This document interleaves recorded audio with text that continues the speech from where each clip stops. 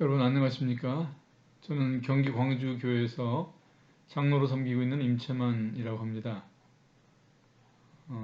울산의대 교수이고 서울 아산병원 내과에서 근무하고 있습니다. 이번 CBF 겨울 캠프에서 화상으로나마 이렇게 여러분을 만나게 돼서 참 감사합니다. 여러분 전도 양양하다 이런 말 들어보셨을 것입니다. 청년을 가리켜 말할 때 이렇게 앞날이 희망차고 전망이 밝다 이런 뜻으로 하는 말이죠. 그런데 성경은 어떻게 말씀하실까요? 전도서 11장에 보면 사람이 여러 해를 살면 항상 즐거워할지로다. 그러나 캄캄한 날이 많으리니 그날을 생각할지로다. 장래일은 다 헛되도다. 이렇게 말씀하셨어요.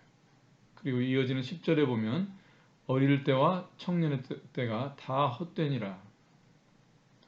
성경은 청년의 때에 대해 희망적인 말씀을 안 하고 계십니다. 이 전도서 전체가 인생이 헛되다는 것인데 이 메시지를 누가 했는지가 참 흥미롭습니다. 누가 한 말이죠? 네, 솔로몬입니다.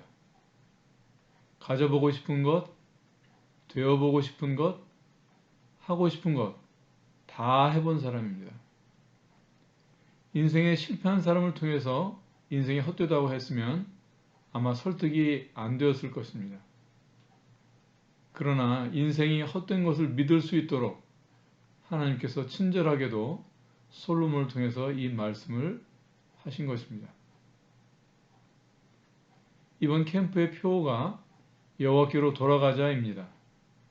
저는 이 주제가 청년 때의 미혹과 삶의 낭비를 피하는 데 있어서 매우 중요하다고 생각을 합니다.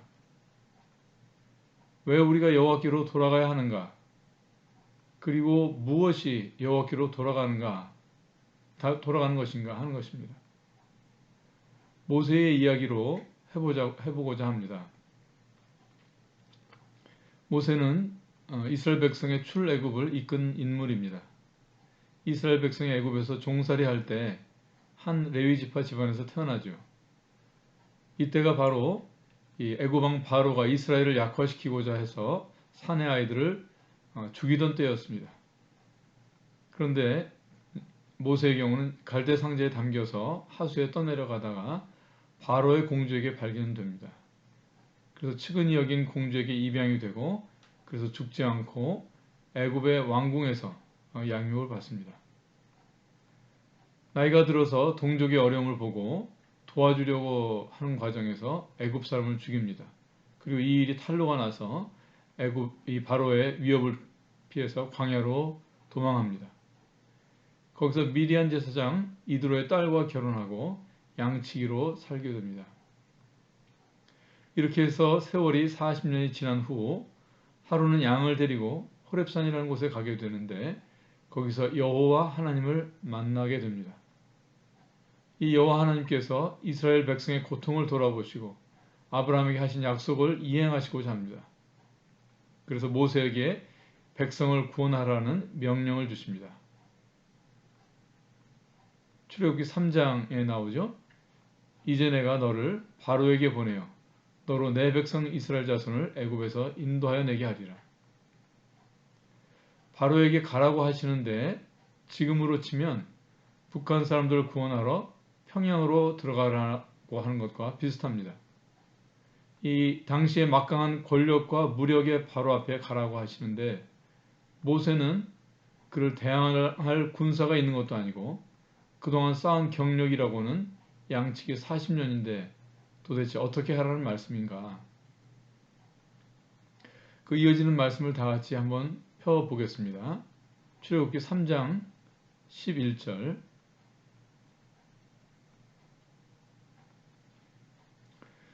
자, 3장 11절 제가 읽겠습니다. 모세가 하나님께 구하되 내가 누구간데 바로에게 가며 이스라엘 자손을 애굽에서 인도하여 내리이까?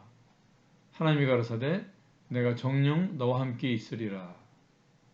자, 건너뛰어서요. 13절 모세가 하나님께 구하되 내가 이스라엘 자손에게 가서 이르기를 너희 조상의 하나님이 나를 너희에게 보내셨다 하면 그들이 내게 묻기를 그의 이름이 무엇이냐 하리니 내가 무엇이라고 그들에게 말하리이까.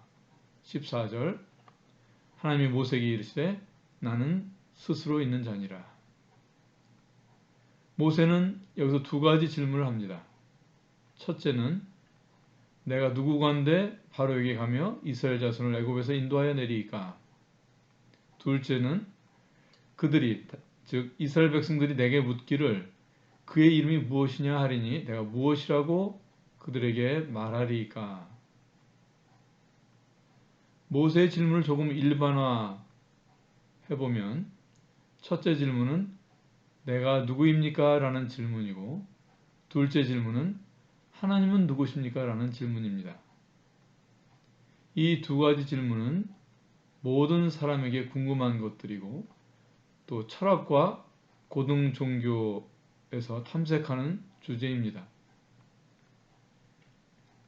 11절에 내가 누구입니까? 이 질문을 하는 모세는 자기 정체성에 대해서 큰 혼란을 겪은 사람이었습니다. 내가 애굽의 왕자인가? 아니면 양치기인가? 이스라엘의 제사장 지파인 레위 사람인가? 아니면 이방인 제사장의 사위인가?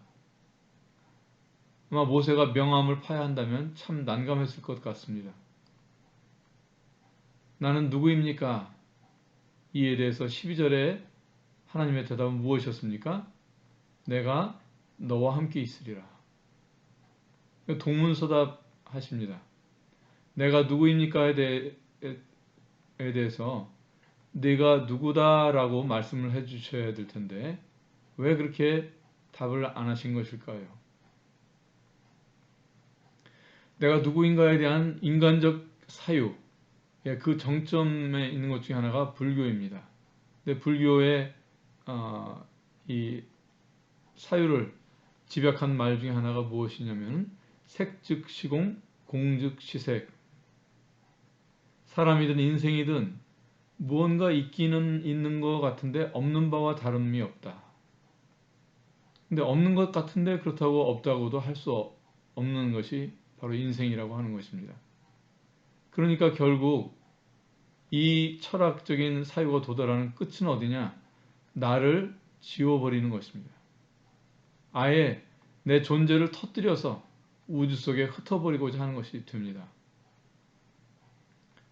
철학 용어에 실존적 허무라는 말 들어보셨을 거예요. 이게 무슨 말이냐면은 지금은 내가 실존이고 허무는 그렇게 실체적이지 않습니다. 그렇게 실감이 안 납니다. 특히 젊었을 때는 그렇습니다. 그러나 나이가 들수록 입장이 반대가 된다고 하는 것입니다. 실체가 있었던 것 같은 나는 점점 모호해지고 뚜렷하게 만져지는 것은 허무라고 하는 것입니다. 청년의 때라는 것이 희망이 실존이고 재미가 실존이고 주체하지 못하는 정욕이 실존이지만 그러나 그런 것들이 더 이상 만져지지 않고 오히려 절망과 고독이 여러분의 옆에 오게 될 날이 온다고 하는 것입니다. 사람의 이 존재의 문제, 삶의 의미의 문제, 그것에 대한 답은 사람에게 있지 않습니다. 주님께서 모세에게 하신 답, 내가 너와 함께 있으리라 하신 이 답을 주신 것은 너와 함께하는 나, 그 속에 내가 누구인지에 대한 답이 있다는 말씀인 것입니다. 사람은 어떤 존재입니까? 창세기 1장에 보면 하나님이 자기 형상대로 만든 존재가 곧 사람입니다. 사람은 하나님의 형상과 모양이기 때문에 하나님보다 더 작은 것으로 채워질 수 없는 그런 존재입니다. 이 손의 형상으로 만들어진 이 장갑을 떠올려 보면 쉽게 이해가 될 것입니다. 손이 없이는 장갑은 형상을 유지할 수도 없고 그 존재의 가치도 생기지 않는 것입니다. 사람이 궁극적으로 채워줄 수 있는 것은 하나님으로만 가능합니다. 그것 외에는 없다고 하는 것입니다. 사람과 함께 있는 하나님은 그런데 모세에게만 주신 답이 아니었습니다. 아비멜렉을 향해서 이 아브라함을 향해서 아비멜렉과 그 군대 장관 비골이 이런 말을 합니다. 내가 무슨 일을 하든지 하나님이 너와 함께 계시도다. 아브라함에게도 함께 하시는 하나님을 주변 사람들이 알아봤던 거예요. 이삭의 하나님은 어떻습니까? 창세기 26장에 보면은 그들이 가로되 여호와께서 너와 함께 계심을 우리가 분명히 보았으므로 너와 우리 사이에 계약을 맺자 이렇게 말을 합니다. 야곱의 하나님도 마찬가지예요. 창세기 35장에 보면은 야곱이 큰 실패를 겪은 뒤에 이렇게 말합니다. 우리가 일어나 베델로 올라가자. 나의 환난 날에 내게 응답하시며 나의 가는 길에서 나와 함께 하시는 하나님께 거기서 단을 쌓으려 하노라. 아브라함과 이삭과 야곱의 하나님, 성경에 하나님을 가리킬 때 자주 나오는 그런 표현이죠. 이 세 믿음의 선지는 각기 개별적인 삶을 살았는데 이들을 하나로 묶는 키워드가 있다고 하는 것입니다. 그것이 무엇이냐? 그들의 삶에 하나님이 함께 하셨다고 하는 것입니다. 자, 사람과 함께 하시는 하나님, 이것을 줄여서 네 글자로 하면 어떻게 되죠? 답이 마태복음 1장에 나옵니다. 보라, 처녀가 잉태하여 아들을 낳을 것이요 그 이름은 임마누엘이라 하리라 하셨으니 이를 번역한즉 하나님이 우리와 함께 계시다. 임마누엘, 바로 예수님의 이름입니다. 아브라함과 이삭과 야곱과 함께 하셨던 그 하나님, 모세를 바로에게 보내신 그 하나님, 그 신약적 실체가 바로 예수 그리스도이신 것입니다. 이 임마누엘은 믿음의 사람들의 공통적인 경험이었습니다. 요셉을 생각해 보시면 요셉은 형제들한테 배신당하고 아버지와 생이별합니다. 타국에서 종살이하고 성추행 미수라는 누명을 쓰고 급기야 옥살이까지 합니다. 이 모진 시련 속에 요셉에 관해서 반복되는 말씀이 있어요. 창세기 39장을 찾아보시면 여호와께서 모세와 함께 하심으로 또 그 주인이 여호와께서 그와 함께 하심을 보며 또 이어지는 말씀에 보면 전옥은 그의 손에 맡긴 것은 무엇이든지 돌아보지 아니하였으니 이는 여호와께서 요셉과 함께 하심이라 이렇게 되어 있습니다. 또 다윗도 같은 간증을 남깁니다. 잘 아시는 시편 23편 중간에 이렇게 말씀이 되어 있죠. 내가 사망의 음침한 골짜기로 다닐지라도 해를 두려워하지 않을 것은 주께서 나와 함께 하심이라. 주께서 임마누엘이심이라. 내게 임마누엘이 있도다. 이렇게 노래하고 있는 것입니다. 다 같이 한번 찾아볼까요? 이사야서 41장입니다.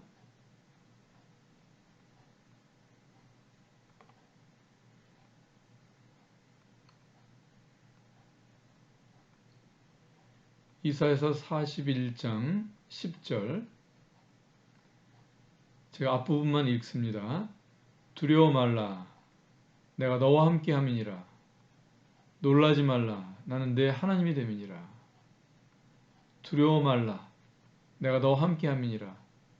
달리 말하면 두려워 말라 내게 임마누엘이 있다. 이 말씀이에요.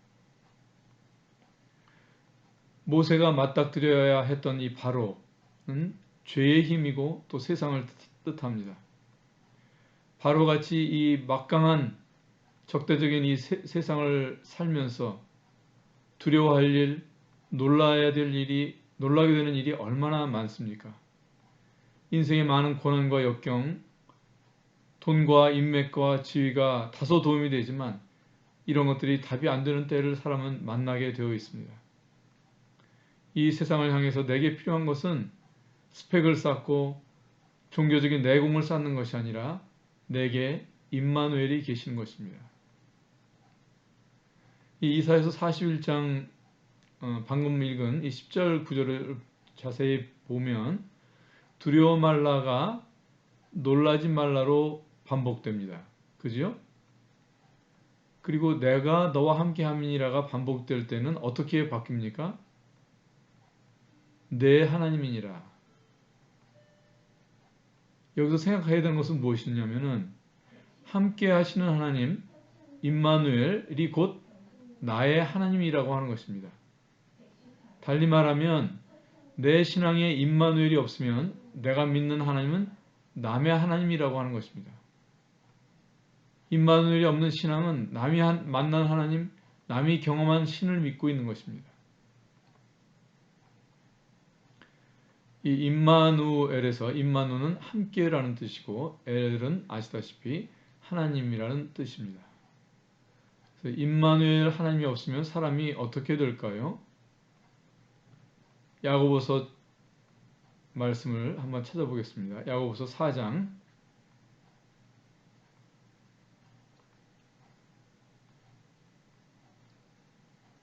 7절입니다.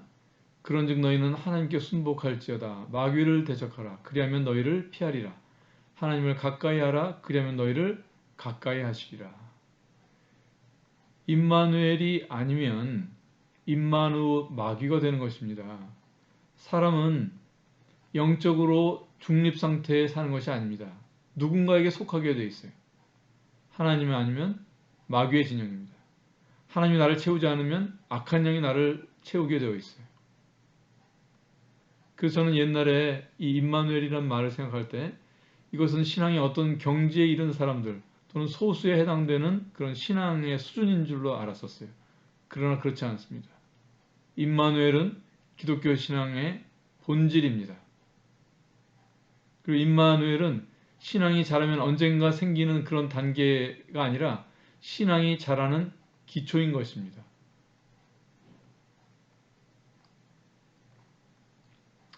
이제 두 번째 질문에 대해서 생각을 해보겠습니다. 두 번째 질문, 하나님 누구십니까? 여기에 대한 하나님의 답은 무엇이었습니까? 나는 스스로 있는 자니라. 영어로는 I am이죠. I am. 솔로몬이 성전을 봉헌할 때 했던 기도 중에 이런 말이 나옵니다. 하나님이 참으로 땅에 거하시리이까 하늘과 하늘들의 하늘이라도 주를 용납지 못하겠거든 하물며 내가 건축한 이 전유리이까. 하나님이 하늘과 하늘들의 하늘이라도 하나님을 품을 수 없다고 하는 하나님의 광대하심을 찬송하고 있는 것입니다. 그래서 이 하나님께서 자신을 일컬으신 이 나는 스스로 있는 자니라 또는 영어로 되어 있는 I am이라는 이 하나님의 이름에 대해서 이게 어떤 뜻일까 하고 많이 생각해 보지만 이게 사람이 이 이름을 아무리 궁구해도 그 높이와 깊이와 넓이를 다 알 수 없을 것만은 확실합니다. 제가 분별하고 있는 한계 내에서 우선 조금 말씀을 드리고자 합니다. I am이라고 하시는 데서 저는 우선 나는 내게 2인칭이다 라는 뜻이 읽힙니다. he가 아니라는 거죠. 영어로 he, 그를 뜻하는 he가 아니라는 것이에요. I am이라고 하셨을 때. 그래서 우리가 돌아가야 될 여호와는 어떤 하나님이시냐? 3인칭적인 대상이 아니라 2인칭적인 하나님이시라고 하는 것입니다. 마치 제가 어제까지는 여러분에게 he였죠. 그였습니다. 그. 그러나 오늘은 그렇지 않아요. 오늘부터는 나와 너의 관계가 생긴 것입니다. 이것이 바로 인격적인 관계를 말하는 것이죠. 이 죄라고 하는 것이 무엇이냐? 하나님과 2인칭의 관계, 이 하나님과의 인격적인 관계가 파괴된 것을 말합니다. 이 문제를 영화의 장면같이 아주 드라마틱하게 보여주는 것이 누가복음에 나옵니다. 바로 거라사의 광인 이야기입니다. 누가복음 8장으로 가보겠습니다. 누가복음 8장 26절 갈릴리 맞은편 거라사인의 땅에 이르러 27절 육지에 내리심에 그 도시 사람으로서 귀신 들린 자 하나가 예수를 만나니 이 사람은 오래 옷을 입지 아니하며 집에 거하지도 아니하고 무덤 사이에 거하는 자라. 예수를 보고 부르짖으며 그 앞에 엎드려 큰 소리로 불러가로되 지극히 높으신 하나님의 아들 예수여 나와 당신과 무슨 상관이 있나이까. 당신께 구하노니 나를 괴롭게 마옵소서. 자, 이 거라사인은 무덤 사이에 거했다고 했습니다. 이것은 구원받지 못한 사람의 영적인 상태를 나타내는 모습입니다. 그의 말에 보면 지극히 높으신 하나님의 아들 예수여 이렇게 말합니다. 자, 한번 물어보겠습니다. 예수님에 대해서 예수님이 하나님의 아들이라는 지식이 생기는 것이 쉬운 일인가요? 이게 쉽지 않은 일입니다. 그런데 이 거라사인은 이 지식이 있었어요. 그러나 무엇이 문제였는가? 나와 당신과 무슨 상관이 있나이까? 하나님과 상관되지 못한 상태였던 것입니다. 이것이 구원받지 못한 모든 자연인의 영적인 상태인 것입니다. 로마서 1장에는 이러한 사람의 상태를 가리켜서 이렇게 말씀하고 있어요. 또한 저희가 마음에 하나님 두기를 싫어하며. 모든 사람의 공통점이 이것이에요. 하나님을 마음에 두기 싫은 것. 이 사람의 이 공통된 죄성이 어디에서 왔는지 아시는지요? 창세기 3장 1절을 펴보시기 바랍니다. 3장 1절 여호와 하나님의 지으신 들짐승 중에 뱀이 가장 간교하더라. 뱀이 여자에게 물어가로되 하나님이 참으로 너희더러 동산 모든 나무의 실과를 먹지 말라 하시더냐. 자, 2장에 보면은 여호와 하나님께서 아담과 대화를 하시죠. 아담과 대화를 하시는 장면이 나옵니다.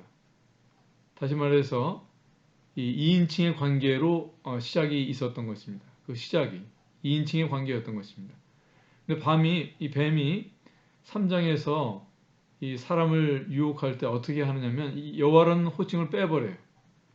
이 호칭을 빼고 하나님이라는 일반 명사로 말을 걸어오는 것입니다. 그러니까 2인칭의 하나님을 3인칭으로 만들어버린 것이에요. 이것이 바로 사단이 사람의 영혼에 심어준 이 하나님과 상관하기를 싫어하는 이 마음인 것입니다. 이것이 곧 사단의 마음이에요. 근데 이 문제는 에덴 동산에만 있었던 것이 아닙니다. 지금까지도 계속되고 있는 사단의 간교한 덫입니다. 이 문제가 안 믿는 사람들, 이 거라사인 같은 불신자들에게만 있는 것이 아닙니다.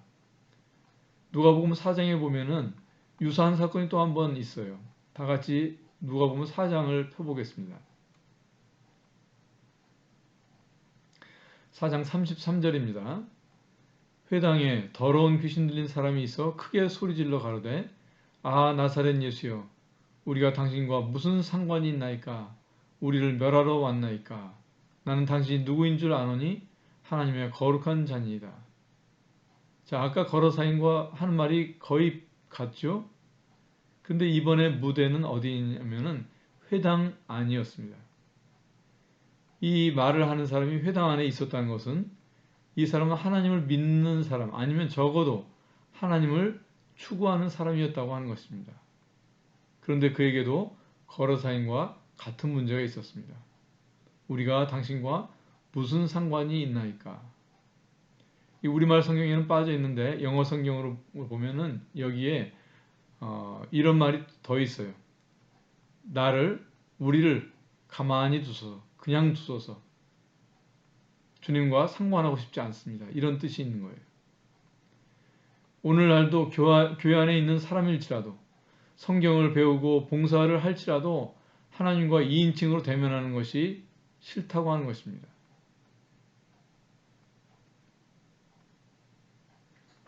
제가 많은 세월을 이렇게 살았어요. 하나님을 믿는 사람이고는 싶어요.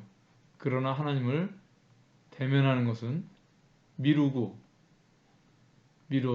그런 제 과거가 생각이 납니다. 야고보서 2장에는 이런 말씀이 있어요. 내가 하나님은 한 분이신 줄을 믿느냐? 잘하는도다. 귀신들도 믿고 떠느니라. 마귀가 분별이 모자라는 것이 아닙니다. 마귀가 마귀인 것은 예수님이 누구신 줄 몰라서가 아니라 예수님과 상관하려 하지 않기 때문인 것입니다. 그래서 하나님을 믿는다고 하지만 하나님을 그로 대하는 신앙, 이것이 우리 안에 있을 수 있습니다. 이것은 또 하나의 불신인 것입니다. 모세에게 나타나셨던 주님, 우리에게도 질문하십니다. 너는 나를 2인칭의 하나님으로 대하고 있는가? 우리 예수님을 믿을 때 많이 들었던 말씀이죠. 영접하는 자, 곧 그 이름을 믿는 자들에게는 하나님의 자녀가 되는 권세를 주셨다. 혹시 여러분의 영접은 I am 하나님을 영접하신 것입니까?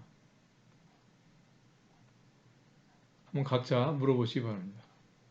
이 요한복음 영접하는 자에 이어지는 말씀에 보면 14절에 말씀이 육신이 되어 우리 가운데 거하셨다고 했습니다. 바로 예수님은 3인칭의 하나님이 2인칭의 하나님이 되신 사건인 것입니다. 18절에 보면은 본래 하나님을 본 사람이 없을 때 아버지 품속에 있는 독생하신 하나님이 나타내셨느니라. 그래서 이제 사람은 더 이상 관념적인 하나님, 내가 상상하는 하나님을 믿는 것이 아니에요.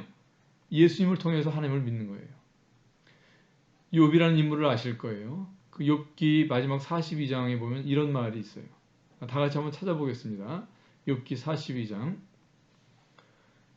5절 내가 주께 대하여 귀로 듣기만 하였사옵더니 이제는 눈으로 주를 배웁나이다. 여러분 욥기를 아마 아실 텐데 욥기는 보면 욥기 1장에 보면 욥은 이미 의로운 사람이었어요. 순전하고 정직하고 하나님을 경외하고 악에서 떠난 자라고 소개가 되고 있습니다. 그런데 이 1장의 욥과 42장의 욥의 차이가 무엇입니까? 바로 귀로 듣던 하나님에서 눈으로 뵙는 하나님으로 바뀐 것입니다. 3인칭의 관계에서 2인칭의 관계로 된 것, 이것이 바로 욥의 변화인 것이고 욥에게 있었던 그 혹독한 고난을 통해서 얻은 이 열매가 바로 이것인 것입니다. I am.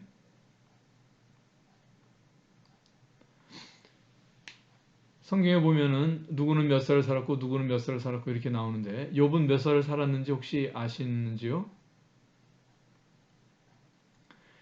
욥이 몇 살을 살았는지 그 총 향년은 나와 있지 않습니다. 욥기 42장 16절에 보면은 대신 이렇게 나와 있어요. 그 후에 욥이 140년을 살며 아들과 손자 4대를 보았고 이렇게 나와 있어요.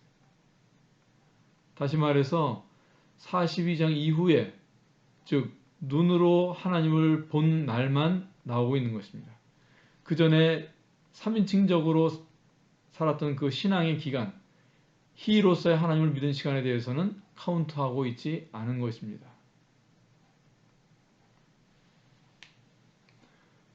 자, 오늘 호렙산에서 이루어진 모세의 질문과 하나님의 답에 대해서 우리가 상고해 보았습니다. 내가 누구입니까? 하나님은 누구십니까? 사도행전 7장에 보면 이 모세는 애굽의 학술을 다 배워 말과 행사가 능한 사람이었다고 했습니다. 그러나 모세는 그것으로 자기도 정의할 수 없었고 하나님도 알 수 없었습니다. 마찬가지입니다.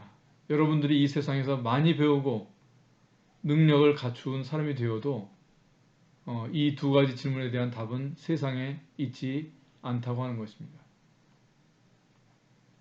모세의 두 질문은 모든 사람이 갖고 있는 질문을 모세가 우리 대신 해준 것입니다. 그리고 주님의 대답은 우리 모두에게 들으라고 주시는 답인 것입니다. 자, 첫 번째 하나님의 답은 모세가 바로에게 가기 위해서 필요했던 것입니다. 우리로 치면 이 세상을 향해서 크리스찬 청년으로서 필요한 것입니다. 우리가 믿는 청년으로서 이 비주류 기독교이죠. 우리가 그 이론으로서 나의 정체성은 무엇인가? 나는 소명의 인생인가? 아니면 삼포세대라고 하죠. 그 중에 한 사람인가? 기독교의 아웃사이더로 있어도 괜찮을까? 주류 기독교를 기웃거리고 있지는 않습니까? 이런 데를 찾아서는 답이 없습니다. 내가 누구인지에 대해서는 바로 하나님께 답이 있습니다. 여호와가 답인 것입니다. 성경 속 이스라엘 사람들의 이름을 보면 야로 끝나는 것들이 많죠. 이사야, 예레미야, 히스기야, 엘리야. 이 히브리어 야가 여호와의 약자입니다. 다시 말해서 이 많은 믿음의 사람들이 함께 하시는 하나님, 임마누엘로 자기의 정체성을 삼았던 것을 우리가 알아야 됩니다. 자, 우리 각자도 한번 우리 이름에 야자를 한번 붙여봤으면 좋겠습니다. 우리의 마음이 흔들리고 우리의 가치관이 약해 보이고 초라해 보일 때, 우리의 앞길이 어두워 보일 때 바로 우리도 이 야자를 붙여서 한번 우리 이름을 불러봤으면 좋겠습니다.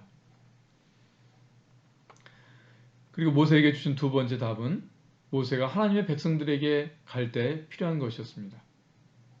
우리에게 적용한다면 2인칭의 하나님을 섬기는 사람이 교회를 바르게 섬길 수 있다고 하는 것입니다. 마태복음 마지막 장 28장에 보면 주님의 지상명령이 나옵니다. 믿는 자들에게 주신 최고의 의무이죠. 여러분은 이 지상명령을 인계받아야 될 다음 세대입니다. 한번 이 지상명령이 어떠한 것인지 찾아보고 오늘 말씀을 마치고자 합니다. 마태복음 28장입니다. 28장 18절 예수께서 나와 일러 가라사대 하늘과 땅의 모든 권세를 내게 주셨으니 그러므로 너희는 가서 모든 족속으로 제자를 삼아 아버지와 아들과 성령의 이름으로 세례를 주고 내가 너희에게 분부한 모든 것을 가르쳐 지키게 하라. 볼지어다 내가 세상 끝날까지 너희와 항상 함께 있으리라 하시니라. 자, 여기 이 지상명령 속에 모세가 호렙산에서 들은 것과 같은 말씀이 보이나요? 볼지어다 내가 세상 끝날까지 너희와 항상 함께 있으리라. 너희에게 임마누엘이 있다. 이 명령을 받는 너희에게 임마누엘이 있다. 이 말씀을 마지막으로 하신 거예요. 이제 우리는 포스트 코로나 시대입니다. 교회에 대해서 우호적이지 않은 시대가 되고 있습니다. 그러나 이 주님의 명령은 여전히 인간의 역사가 끝날 때까지 우리가 따라야 되는 주님의 가장 큰 관심입니다. 이 명령에서 우리가 부담만 읽으면 안 되겠습니다. 모세에게 주신 똑같은 약속의 말씀, 그것도 우리가 읽기를 바라고 기억하기를 바라는 것입니다. 이번 캠프의 주제, 여호와께로 돌아가자. 이것이 더 이상 막연한 구호가 아니기를 바랍니다.